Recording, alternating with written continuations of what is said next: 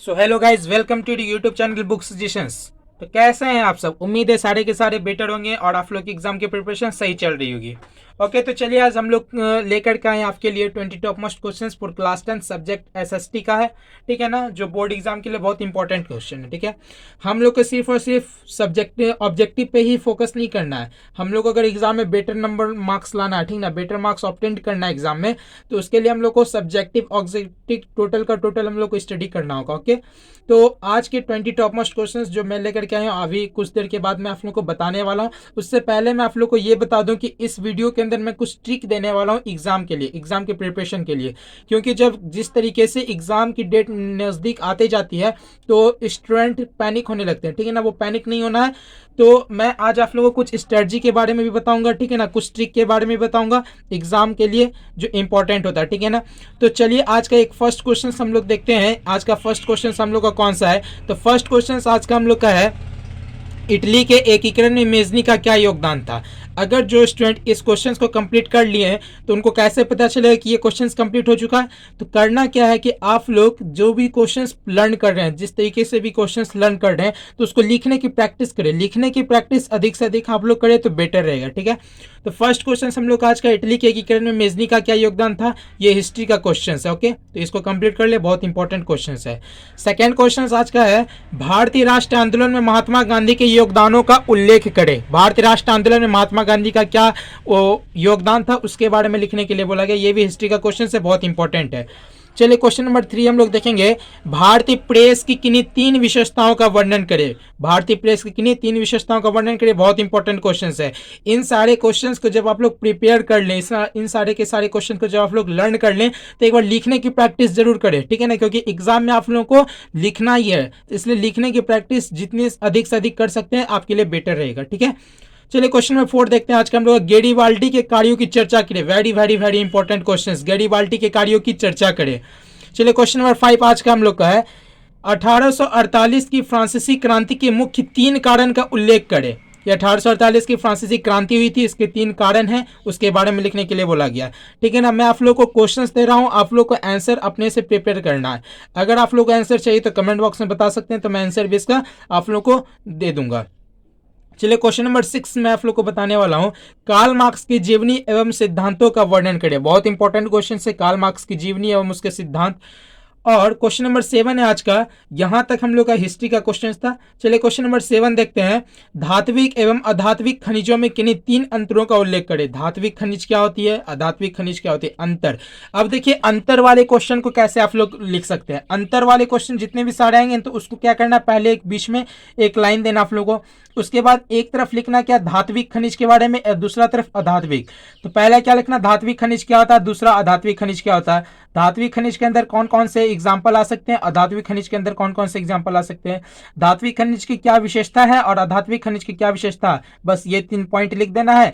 लेकिन देखिए आंसर को जब आप लोग लिखते हैं ना तो पॉइंट वाइज लिखने से एग्जामिनर को कॉपी चेक करने में हेल्पफुल होती है। ठीक ना, तो एग्जामिनर सिर्फ और सिर्फ पॉइंट वाइज देखने में अच्छा लगता है, और तो पॉइंट वाइज आप लोग आंसर को लिखने की कोशिश करें। ठीक है ना, तो क्वेश्चन नंबर 8 हम लोग देखेंगे, कृषि बिहार की अर्थव्यवस्था की रीढ़ है, इस कथन की व्याख्या कीजिए। कृषि जो है बिहार की अर्थव्यवस्था की रीढ़ है, इसको व्याख्या करने बोल रहा है। तो ये बहुत इंपॉर्टेंट क्वेश्चन है, ये हमारा जियोग्राफी भूगोल का क्वेश्चन है। ठीक है, चलिए क्वेश्चन नंबर 9 देखेंगे, बिहार के किस भाग में सिंचाई की अधिक आवश्यकता है और क्यों। 2 मार्क्स में पूछा जाता है ये क्वेश्चन, बिहार के किस भाग में सिंचाई की अधिक आवश्यकता है और क्यों है। ठीक है ना, तो क्वेश्चंस को जरूर आप लोग प्रिपेयर कर ले। क्वेश्चन नंबर 10 हम लोग का बहुत इंपॉर्टेंट क्वेश्चन है, चाय उत्पादन के प्रमुख भौगोलिक दशाओं का वर्णन करें। भारत के चाय उत्पादक क्षेत्रों का उल्लेख करें। मीन्स कि चाय को उत्पादन के लिए, ठीक ना, चाय का जो उत्पादन किया जाता है, ठीक है ना, तो उसके लिए कौन कौन सी भौगोलिक दशाओं हो सकती है उसके बारे में लिखना है, और इसके लिए भारत का ऐसा कौन कौन सा क्षेत्र है जो इसके लिए प्रमुख है उसके बारे में आप लोग को बताना है। ठीक है ना, तो बहुत इंपॉर्टेंट क्वेश्चन है, ज्योग्राफी का है, जरूर से जरूर आप लोग इस क्वेश्चन को प्रिपेयर करें।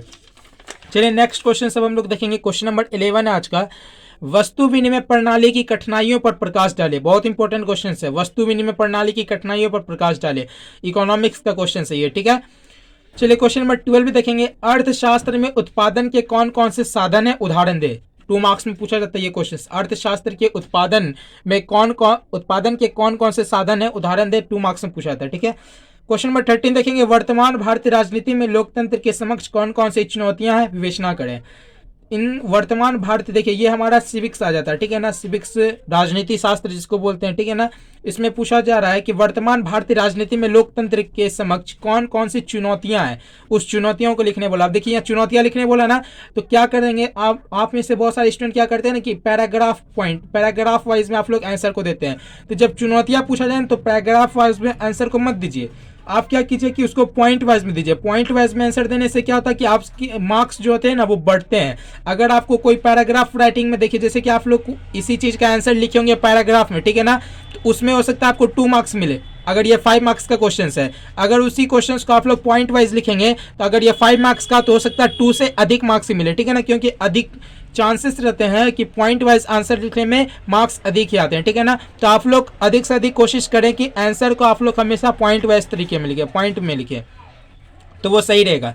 चलिए क्वेश्चन नंबर 14 देखेंगे, परिवारवाद और जातिवाद बिहार में किस तरह लोकतंत्र को प्रभावित करते हैं। बहुत इंपॉर्टेंट क्वेश्चन है ये राजनीति शास्त्र के, ठीक है।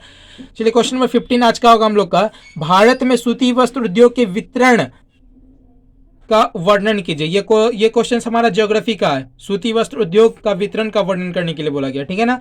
चलिए क्वेश्चन नंबर 16 देखेंगे हम लोग, प्राकृतिक आपदा एवं मानव जनित आपदा में अंतर सहित उदाहरणों के साथ वर्णन करें। देखिए ये क्वेश्चन हम लोग का आपदा प्रबंधन का है। आपदा प्रबंधन से मैं 1 या 2 क्वेश्चन शायद लिया हूं, ठीक है ना, तो जो इंपॉर्टेंट है वही मैं लिया हूं, ठीक है ना। तो ये क्वेश्चन बहुत इंपॉर्टेंट है कि प्राकृतिक आपदा एवं मानव जनित आपदा में अंतर सहित उदाहरणों के साथ वर्णन करें। ओके, क्वेश्चन नंबर 17 आज का हम लोग का है, आर्थिक विकास क्या है, आर्थिक विकास एवं आर्थिक वृद्धि में अंतर बताइए। बहुत इंपॉर्टेंट क्वेश्चन है, ये हमारा इकोनॉमिक्स का क्वेश्चन है, ठीक है। चलिए क्वेश्चन नंबर 18 हम लोग देखेंगे, भारत में कितने प्रकार की सड़कें हैं, वर्णन करें। ये हमारा ज्योग्राफी का क्वेश्चन है, भारत में कितने प्रकार की सड़कें पाई जाती है, ठीक है ना, उसके बारे में हम लोग को डिफाइन करना है। ये 5 मार्क्स में पूछा था, इसको भी किस तरीके से लिखना, पॉइंट वाइज तरीके से। और मैं आप लोग को वीडियो के स्टार्टिंग में बताया था कि आज मैं कुछ आप लोगों को ट्रिक देने वाला हूँ, ठीक है। तो ट्रिक जानना तो वीडियो को लास्ट तक देखते चले, ठीक है ना। चलिए आज का हम लोग का 19 नंबर का क्वेश्चन है, असहयोग आंदोलन प्रथम जन आंदोलन था कैसे।